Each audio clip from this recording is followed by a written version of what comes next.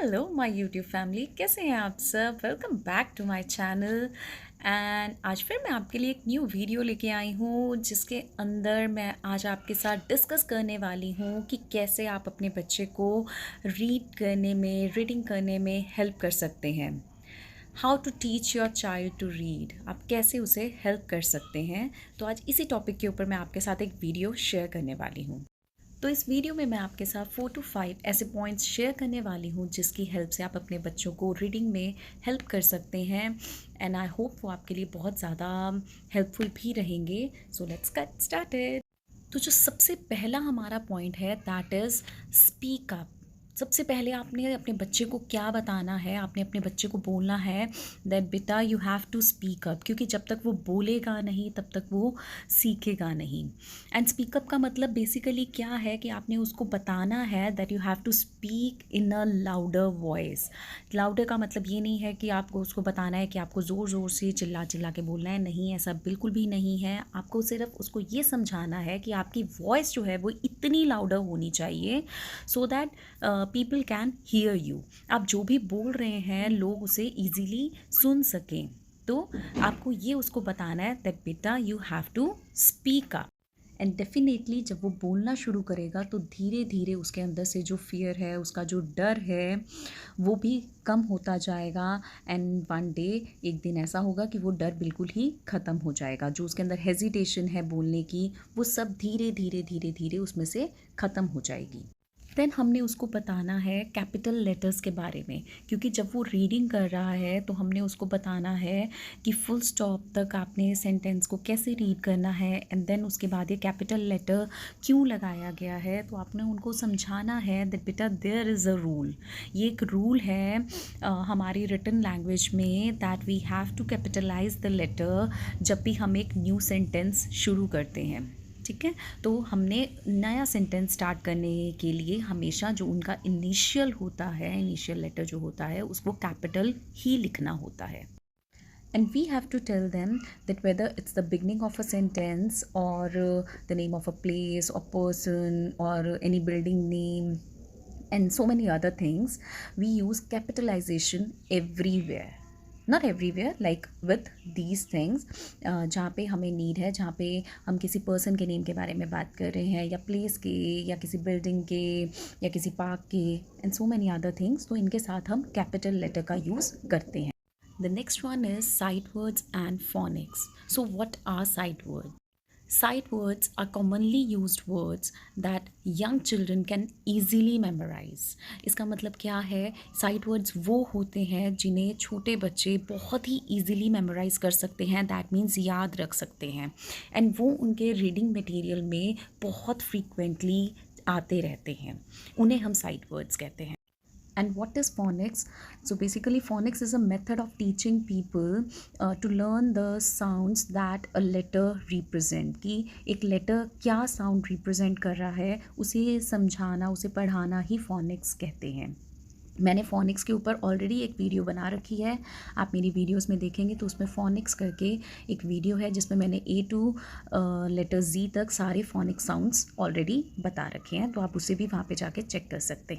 और अगर हम फोनिक्स और साइट वर्ड्स को कंबाइन करके बच्चे को रीडिंग प्रैक्टिस करवाते हैं तो उससे क्या होगा, बच्चे की रीडिंग स्पीड जो है वो बढ़ेगी, इंक्रीज़ होगी।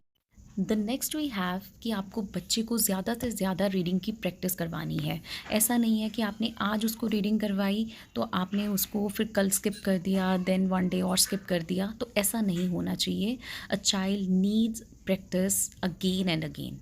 So the next in this list we have letter names and sounds. And now how you will explain this to your child. And now we will take any of the letter, हम कोई भी letter ले लेंगे. Okay, let's take letter B. So you have to show your child letter B. like आप कोई भी letter ले सकते हैं। मैं for example मैं letter B ले रही हूँ, तो आप letter B अपने बच्चे को show करेंगे and you will ask him और हर कि विच लेटर इज़ दिस। तो बच्चा आपको बताएगा that this is letter B. तो आप फिर उससे पूछेंगे that what is the sound of letter B. अभी तो उसने हमें लेटर के बारे में बताया that this is letter B, लेकिन अब हम उससे पूछेंगे उसकी साउंड के बारे में that do you know what is the sound of letter B. आपको बी लेटर की साउंड का पता है? तो अगर नहीं देन हम उसे बताएंगे that letter B has a sound ब। क्या साउंड होती है लेटर बी की? ब। ब।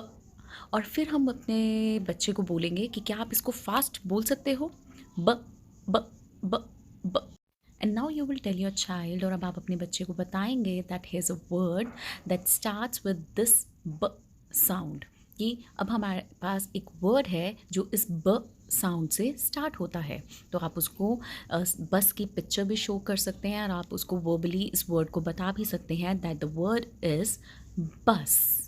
And now you simply ask your child, अब आपको अपने बच्चे को पूछना है that can you here the ब साउंड एट द बिगनिंग। आपको स्टार्टिंग में बिगनिंग में क्या बस बोलते हुए ब साउंड की आवाज़ आ रही है? तो आपका बच्चा येस और नो में आपको बताएगा and definitely the child will say yes, क्योंकि बस बोलते हुए आपको उसको स्लोली भी बोल के दिखाना है।